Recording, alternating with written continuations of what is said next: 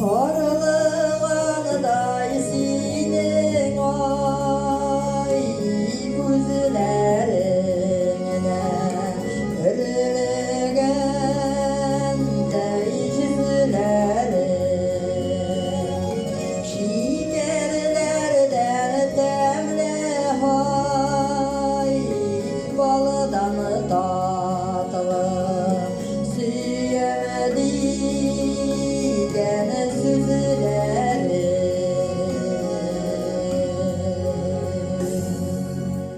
Kaşın kara boyun ziffa gözünden para senin gözüne parasam yüreğim yanar benim Allah akşasın yolu derecenlerge doğru Allah sana verirdim bütün dünyanın nuru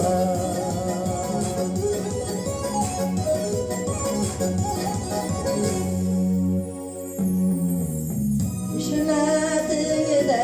senin ay biçtimene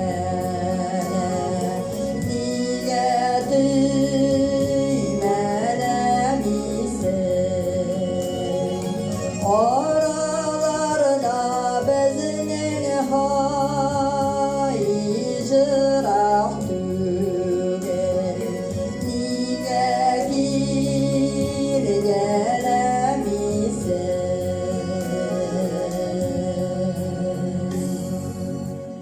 Kaşın kara boyun ziffa gözünde kara senin gözüne parasam yüreğim yanar benim Allah akşasın yolu derecenlerge doğru Allah sana verirdim bütün dünyanın nuru Allah akşasın yolu derecenlerge doğru Allah sana verirdim bütün dünyanın nuru Allah sana verirdim bütün dünyanın nuru